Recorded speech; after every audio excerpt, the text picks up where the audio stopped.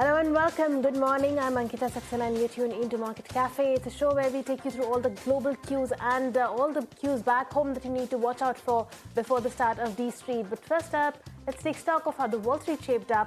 Well, Wall Street, as far as the futures are concerned, they're very, very flat, trading along the flat line. But as far as yesterday's trading session is concerned, the major averages posted very slim gains coming in. S&P 500 and Nasdaq Composite added only about 0.1% coming in, and Dow Jones added roughly 32 odd points, so 0.1% gains coming in. Now, the software sector, which has already been under pressure due to the fears of disruption by artificial intelligence, fell during the session. In fact, CrowdStrike and ServiceNow lost almost 3.6% and 1% respectively. So there is still a looming fear of the AI that is spooking the markets, and financials also outperform on the signals of restrictive policy. Now remember, we are also waiting the Fed minutes to come out, so that is something that the market is waiting and watching out for. As of now, very, very muted US Fed future, US futures is what we are witnessing. But let's talk about the commodities as well, and where oil is at. Oil prices saw a bit of a downtick that's coming in, as Iran sees progress in the nuclear talks with the US. Now remember, on Tuesday, we did have that US and Iran meeting that was underway, and the foreign minister of Iran said the progress was made during the nuclear talks with the US, and that fueled the hopes of negotiation that could prevent further conflict in the Middle East. As of now, if we see where Brent crude is at, we do see oil, Brent, that is at $67.40 a barrel. That's down very, very marginally, 0.03% downtick, and WTI is trading at 62.30 or trading with cuts of 0.05%. So oil is steady right now, and it is basically below the $69 a barrel. It is maintaining that for a while now. So that's where oil is at. And if you look at the gold and silver also, we do see gold that is making very flat moves, 0.08% downtick coming in. 4,900 is where gold is at, and silver also seeing a small cut of 0.6%, 73.08 is where silver is at. So that's how the commodities are also moving. So that silver is now more than 2% down, extending a 3-week slide. Now remember, we did see that rally and then that slide coming in the commodities. So silver is now down more than 2%, which has extended its 3-week slide. So that's where precious metals are at. Tensions now in the West Asia have remained high as Iran's Islamic Revolutionary Guard Corps launched major military drills in the strategic Strait of Hormuz. This shows, of course, coincides with the second round of indirect nuclear talks between Iran and the United States in Geneva, mediated by Oman. The discussions are focused on Iran's nuclear program, sanctions relief, and possible constraints, though a breakthrough remains rather uncertain. Let's listen in to what the experts have to say on the situation. This is what the experts had to say on that issue. Let's go across and listen in. You have even during the first, the 12-day war that happened, both the aircraft carriers of the United States were positioned in the Gulf. And I think we are moving to that. We are circling back to that reality once again, as Gerald Ford and Abraham Lincoln, the second aircraft carriers to be positioned is to reach the Persian Gulf by the next week. So I think it's going to be critical there. What is also important is, and it's referential that Israel was mentioned. I think the last week's trip that Prime Minister Benjamin Netanyahu made to Washington was critical. I think if you go back 3 weeks earlier, 3 or 4 weeks earlier, the United States came very close to another attack on Iran, but I think that was called off because of regional pressures from stakeholders like UAE and Saudi Arabia, who convinced the United States otherwise. So I think there's been these competing forces on the Trump administration, which is trying to play both sides, which is on pressure as well as on the possibility of a deal. Right now is basically posturing. Whether, when Iran takes this step to kind of close Strait of Hormuz, that's part of the posturing to convey a message to the United States. Look, they're serious. If there is any kind of attempt by the US to attack Iran, this is what they're going to do. They will basically mine or close the Strait of Hormuz. And America at the same time is making very clear that unless you really come to the table, you listen to us, in terms of nuclear deal, but also in terms of overall situation within the country. I think we are going to act. So right now is basically posturing from both sides, and crude oil markets are very edgy. But otherwise, if you go by demand and supply fundamentals, oil today should not have been more than $58 per barrel, because there is enough supply and there is no kind of any significant demand rising. So that's not happening. So the Iran premium is all there. I mean, geopolitical premium is there. So my own sense is that we have to wait and watch. But I don't really think that America is doing all this only for the nuclear thing. I think it's something more than that. Probably they are targeting regime change in Iran, and they probably are waiting that in response to what they are demonstrating in terms of military preparedness, that there would be kind of a mass movement on the ground, or people may come out the street and they might really ask for the regime change. And while India and France have scaled up their relations to a special global strategic partnership, the two countries have signed over 20 MOUs, including pacts in sectors of defense. As reported by ET Now earlier, the two leaders, following their talks in Mumbai, also virtually inaugurated an assembly line in Karnataka's Vemagal to build the Airbus H125 helicopters that is expected to enhance India's aerospace manufacturing capabilities. French President Emmanuel Macron invited PM Modi for G7 summit. Let's listen in to what PM Modi said, highlighting the ties between the two countries. Let's listen in. Bharat और France के संबंध बहुत ही विशेष है।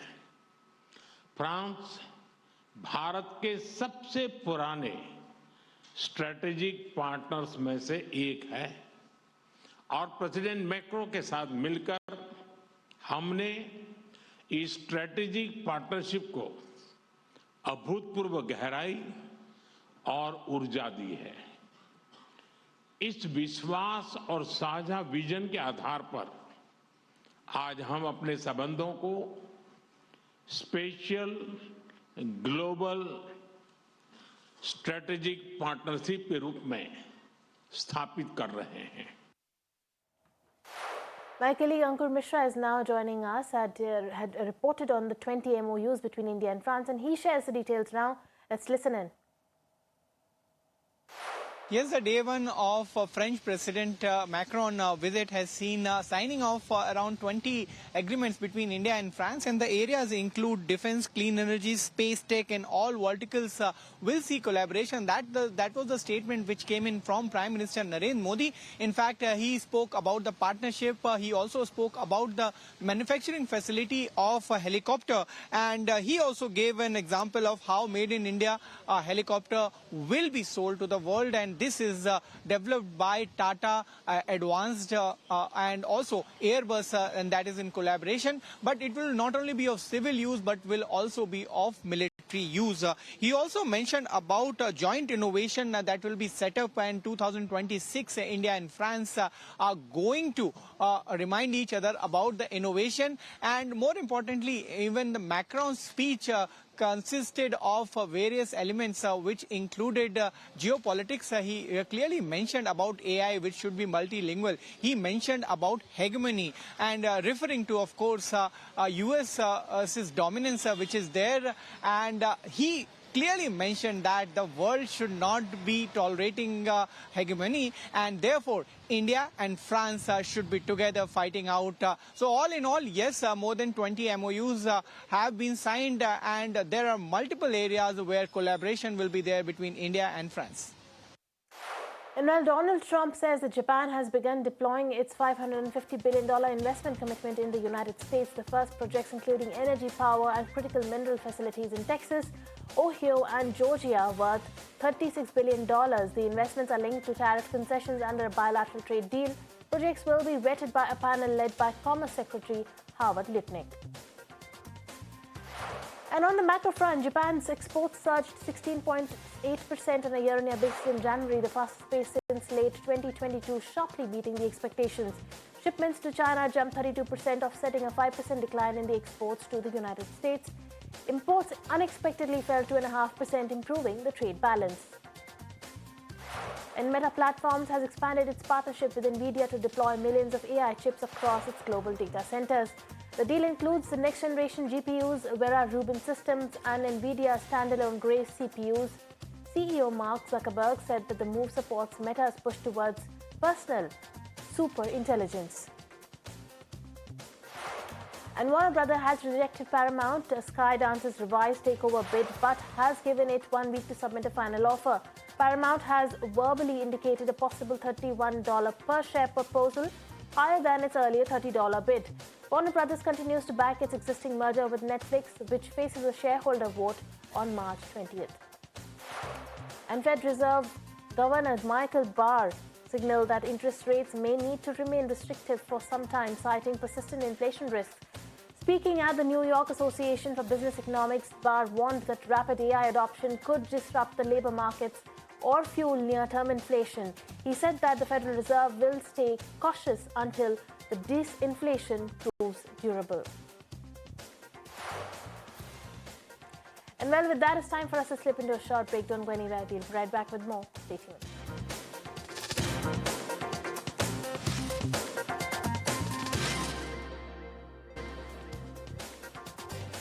Welcome back, getting into Market Cafe. Let's talk about how the Asian markets are faring. Now, remember, it's a truncated week as far as Asian markets are concerned. In fact, we do have mainland China, Hong Kong, Singapore, Taiwan, and South Korea that are closed today on the back of the Lunar New Year holiday.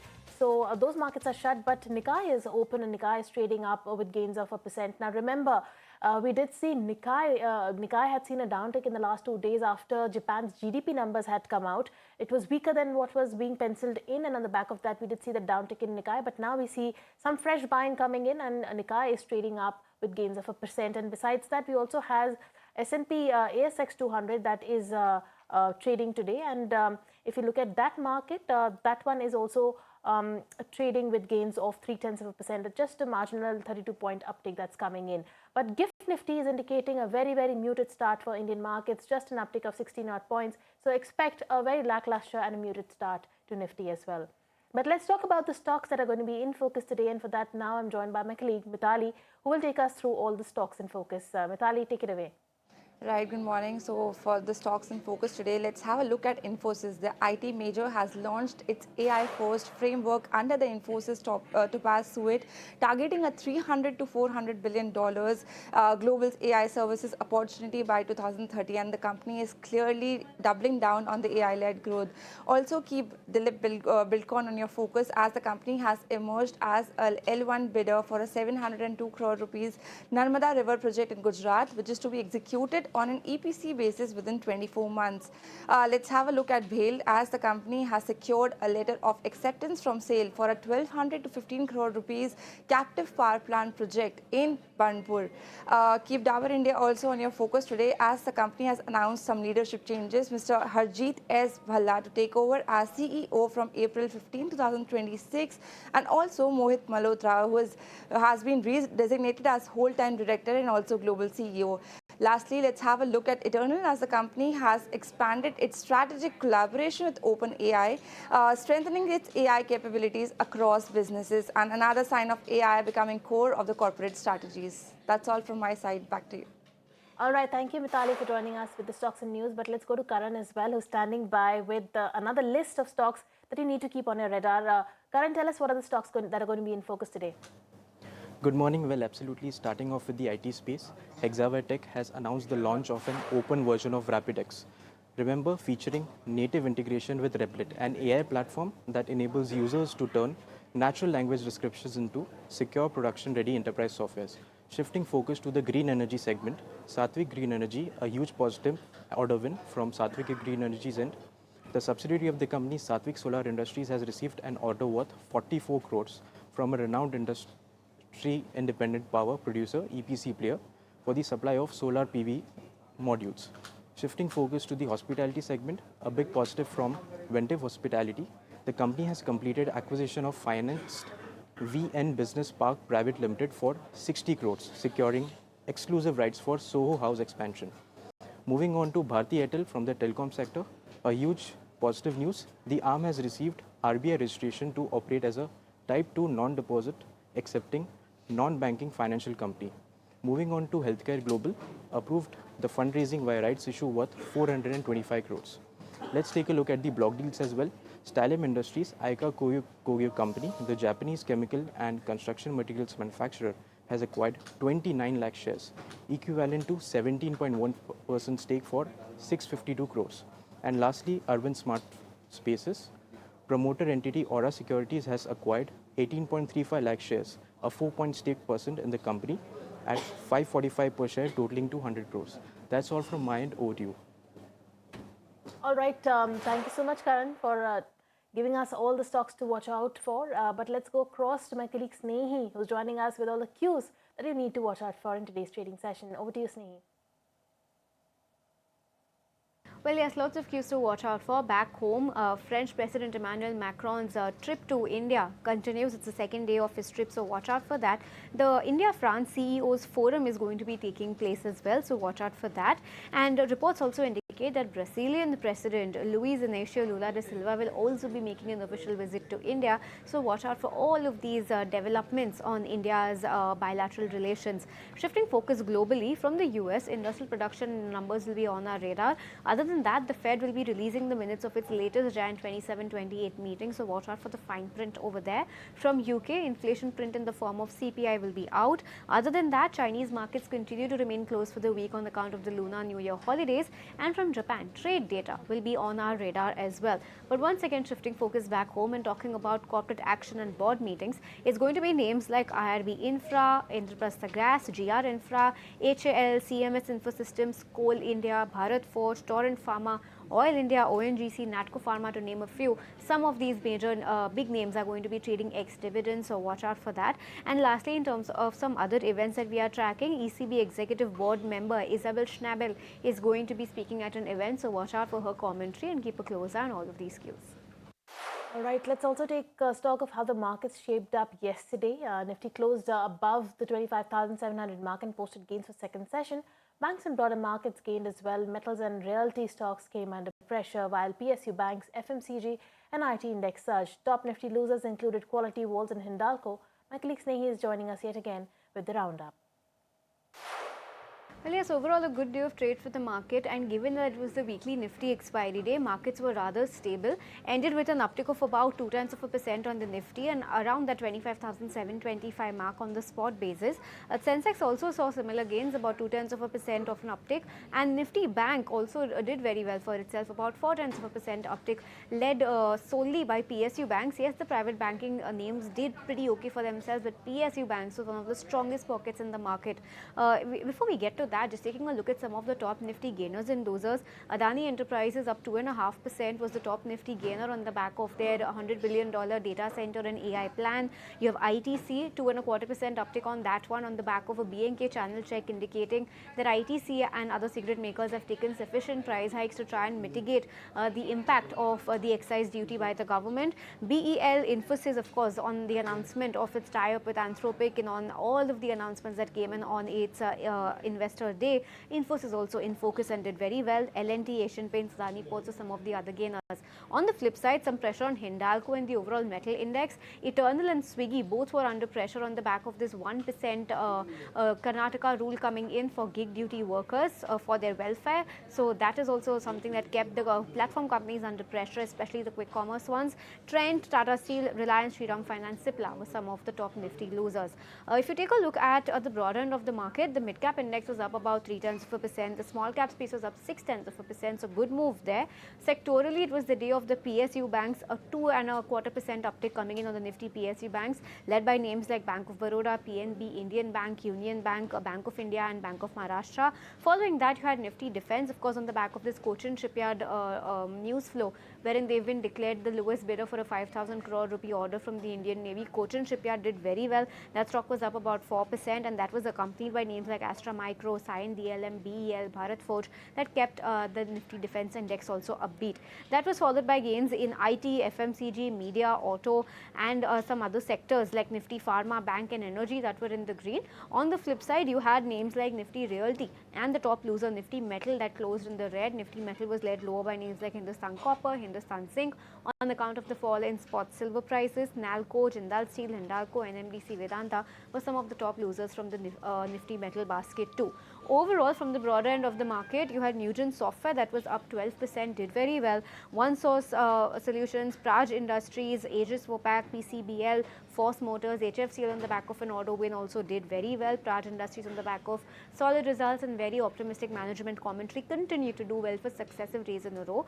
And on the flip side, it was Engineers India that saw profit taking after a couple of days of double-digit gains. Hindustan Copper, Brainbees, GNDC, SRF, Swiggy, Ola, another downgrade coming in on Ola after MK downgraded it. You had a Citi downgrade coming in and a slash in target price to 27 rupees per share. So that was the reason why Ola was under pressure too. But all in all, it was a good day of trade, steady moves coming in, and the Nifty ended with an uptick of about 0.2%. All right, so that's how market shaped up yesterday. A good day coming in there. But with that, it's time for a quick breather. Don't go anywhere. We'll be right back.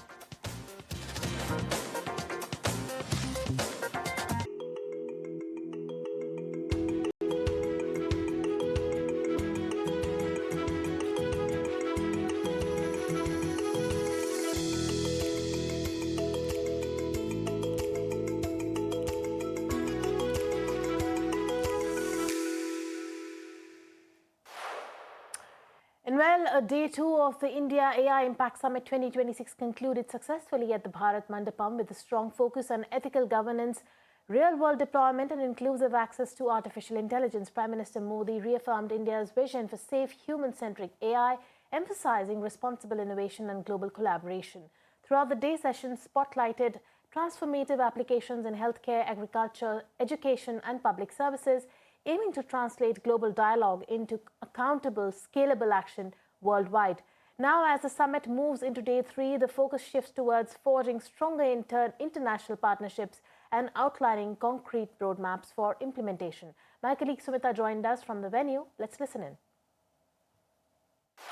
That's right. There are expectations that day 3 is going to be even bigger and better, given the fact that President Emmanuel Macron, who was in Mumbai last night, is going to be here in New Delhi, and he's likely to visit Bharat Mandapam as well, which is where I'm coming to you from. Now, as far as day 2 is concerned, well, we've had quite an interesting lineup of speakers, whether it is startups, whether it is VC firms. In fact, we heard from Amitabh Kant, who addressed his session, and he essentially stated that India must leverage AI to build a more equitable society.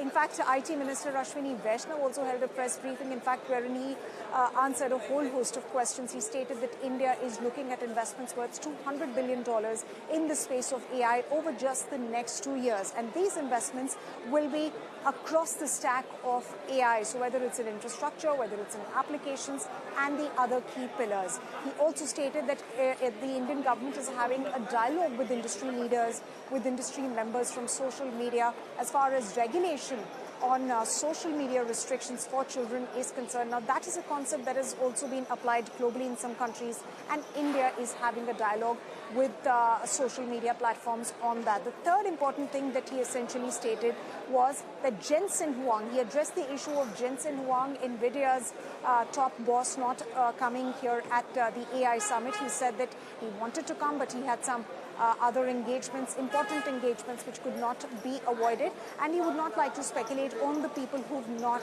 been able to come. So that's about Minister Vaishnaw, but let's also look at what ITI's Jason Oxman stated. He hailed India's infrastructure, he hailed India's democratization model as far as AI is concerned.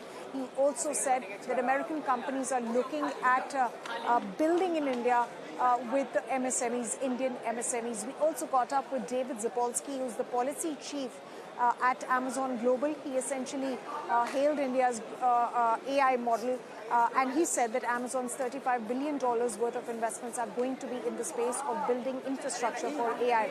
Other than that, he also said, with respect to the US-India trade deal, that while there may be hiccups along the road, but that doesn't define the larger trajectory of both the ties. So overall, and a very interesting day 2, and day 3 is not going to be any different.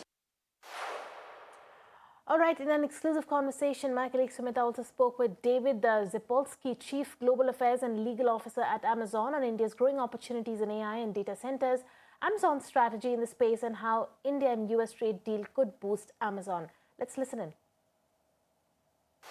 Well, so all of us are using, from our appliances to our phones, we all rely on this infrastructure to power the way we're living our lives. And so I think to achieve that, you need this type of investment. The investments that we're making will give us the building block, just like the cloud did. We'll create the AI building block for everybody to continue having easy access to this technology and for our customers to be able to develop new uses that can improve the lives of workers, of citizens, and that governments can use to to become more efficient and to do things in an even better way.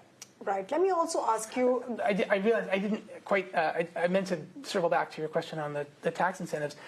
You know, the types of investments that are required in energy, in data centers, in chips and servers, in the security infrastructure, they're generational. They're not short term. Right. Even though the market sometimes treat it as if it were short term. And so it's really important when you're deciding where to put this type of investment to have confidence in the future, to have certainty in the regulatory environment. And the tax holiday is one example that gives us certainty that in making an investment decision of this magnitude. And so we know, through 2047 that we'll have some regulatory certainty that we can rely on and continue investing in. Right. David, let me also ask you, since we're living in very, very volatile times. You have AI on one hand, but you also have geoeconomic disruptions, with many stating that globalization is going to be over. Some other people, they sort of disagree with that. But when we talk about geoeconomic disruptions, we did see some sort of tensions between the United States and India. However, we've come out with a trade deal that has been agreed upon. A joint statement was issued, and both sides are looking at signing that in March. How are you navigating these turbulences, especially when it comes to geoeconomic turbulences, from the point of view of a brand that's operating both in the United States and India? Well, one of the things you have to remember when you think about Amazon is that we can't run a business like the ones we run from a cubicle in Silicon Valley or from an office in New York. We really need investments. We need people. We support over 2.8 million workers in this country. We need investments in people on the ground. Our Indian business is fundamentally Indian. And so we don't even have the option of walking away and just being the American, or vice versa. And so when we look at these issues, we look much more long-term. India has been a critical partner in geopolitical politics for decades. And I have every reason to think they'll continue to be. And I'm optimistic about that. And so, are there going to be bumps in the road, at points in history? Of course. But in the long term, we wouldn't be making these types of investments and creating the presence that we have in India unless we had optimism about the future and that the United States and India will continue to be fast friends and technological partners for decades to come. And well, let's get you all through the AI summit. My colleague Prakash also caught up with Puneet Chandok, who's the president of Microsoft India and South Asia. He shared insights on how artificial intelligence is set to transform the workplace, stressing that AI will not replace jobs but unbundle them, allowing people to focus on high-value, more meaningful work. Let's listen in. We're showing massive solutions. We've got a massive booth as you see this. We're showing a lot of work that we're doing for eSanjeevani, which is the healthcare platform, 400 million plus sessions done. We're showing eShram, which is a labor platform that we're building using AI for 300 million plus workers in the country, unorganized workers. We're making CVs for them. We're getting them interview practice. We're getting them jobs. We're doing Crime OS, which is with the Maharashtra CM and the government to do a co-pilot for cyber investigators, cyber crime investigators, 25 police stations done, 100 police stations to be done. So there's a lot of interesting stuff that is being shown across both enterprises and public sector in India. How important is India for Microsoft's future strategy? One of the most important countries for us, again, given the talent in this country. We've got 22,000 plus engineers who are building AI for us globally. We've got a massive build out in the country with the $17.5 billion investment in infrastructure and data centers. We're building the largest data center capacity in the country by middle of this year. Sovereign solutions. We're training 20 million people, 5.5 million people already trained.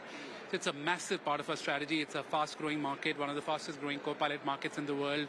Continuous double-digit growth in Azure, which shows you that there's enough market demand and we're building for the future.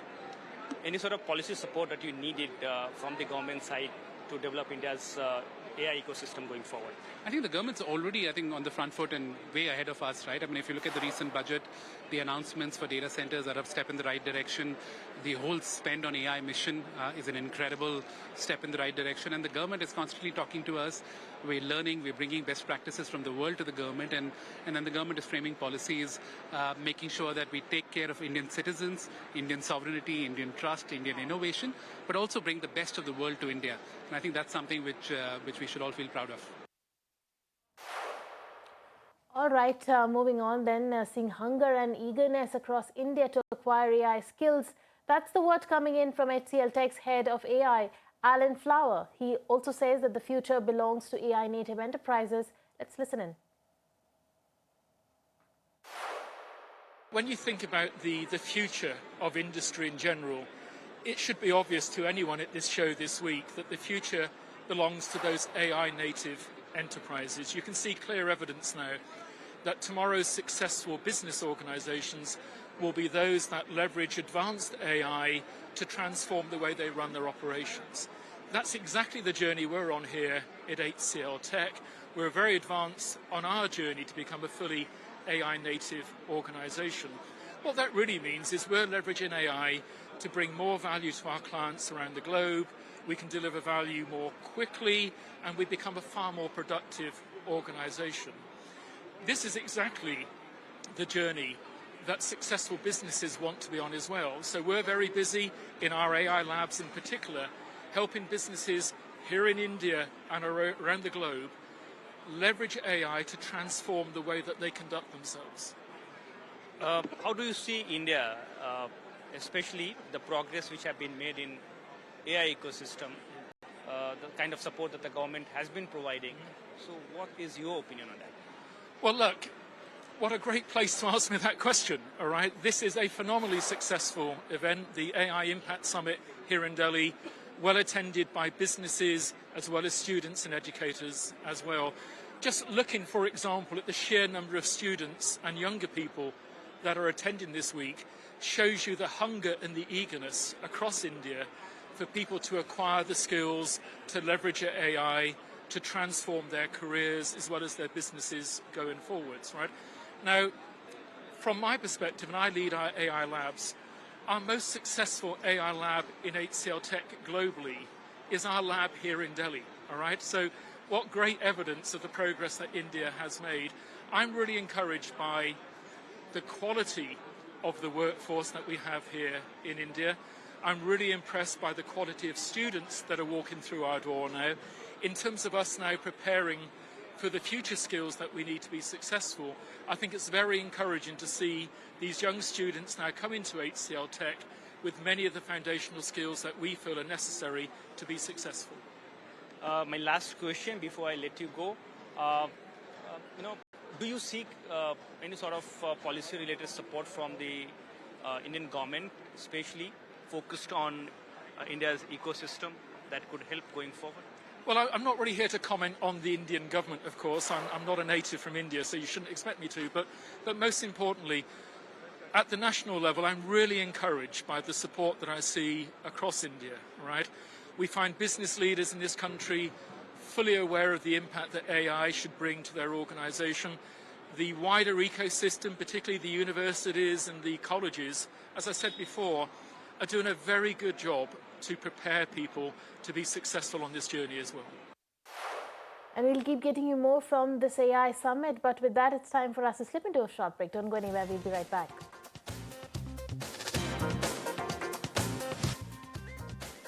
Welcome back, you're tuned into Market Cafe. Let's talk about the US tariffs that reset could mark a turning point for Indian textile sector. After 7 months of intense pressures, tariffs have been cut from 50 to 18%, removing the 25% penalty that had squeezed the margins and forced exporters to absorb the steep discounts. And now with Bangladesh factory coming into the picture, how does it really play out for the textile players in India? Snehi is joining us with the details of that. Well, yes, the textile space has been in focus ever since the US has reduced the tariff on India. India's US textile tariff has been reduced to 18% from its earlier peak level of 15%.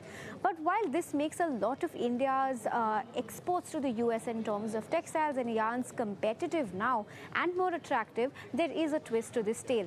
And that is the fact that Bangladesh, which is India's neighbor, Bangladesh's overall tariff has been reduced to 19% from 20% earlier. earlier, bringing it very close to and in fact at par at the tariff that which US is charging India. And this Bangladesh's tariff is zero reciprocal tariff benefits from specific textile and apparel shipments made using US cotton and man-made fiber. So that is another point that works in the favor of Bangladesh. Now India has regained its cost competitiveness, no doubt. At 18% tariff, India now enjoys the lowest effective tariff among major textile exporters to the US. If you take a look at what this list looks like, India is at 18%, but names like Bangladesh, Thailand, Pakistan, Indonesia, all of them are at 19%, with Vietnam at 20% tariff. So yes, India is nominally lesser, but all of these tariff rates are more or less at par than with India. The textile sector, no doubt, has received a relief. Lower tariffs have restored order visibility, margin stability, buyer confidence, as well as cost competitiveness in US sourcing decisions. If you take a look at US export base, India's textiles exports to the US made up of around $10.6 billion in FY25, making share in India's total exports at 2.4%, and man-made textiles articles export to the US came in at roughly $2.95 billion. But here is how the Bangladesh concern plays out. Bangladesh has about 9 to 10% US apparel market share versus the existing 5 to 6% only that India has. The tariff differential has narrowed from 2% earlier to just 1% now, and in a low margin industry, even this 1% tariff matters quite significantly. Let's understand the risk to India's cotton yarn exports to Bangladesh. When it comes to Bangladesh, it imports cotton from Brazil about 23 to 24%, India 15%, West Africa 15 to 20%, and US 7 to 10%. Other than that, India exported $1.6 billion of cotton yarn in 2024 and $85 million worth of man-made fiber yarn. India has traditionally been the largest cotton yarn supplier to Bangladesh. So now, on the back of this tariff condition that US has put on Bangladesh, that a lot of its yarn and textile goods will be completely exempt from reciprocal tariff if Bangladesh uses US cotton. This puts a lot of India's shipments to Bangladesh at risk, and of course to the US as risk as well. All right, moving on then. Speaking at Infosys AI Day, CEO and MD Salil Parekh says that there is a massive opportunity in the AI space. Let's listen into his projections for 2030. There is a dynamic in AI services which all of you know and we understand. One, there's a huge opportunity. The one that I mentioned, the 6 areas with an external analysis, we understand that the opportunity is between $300 and $400 billion in the year getting to 2030. So over that time frame, at that time in 2030. At the same time, we have several entities have made estimates. We have our own views. The AI productivity leads to compression in IT services. However, today we have a clear view that the opportunity is massive and large, and that will become the driving force of what we will grow and drive through in the next coming years.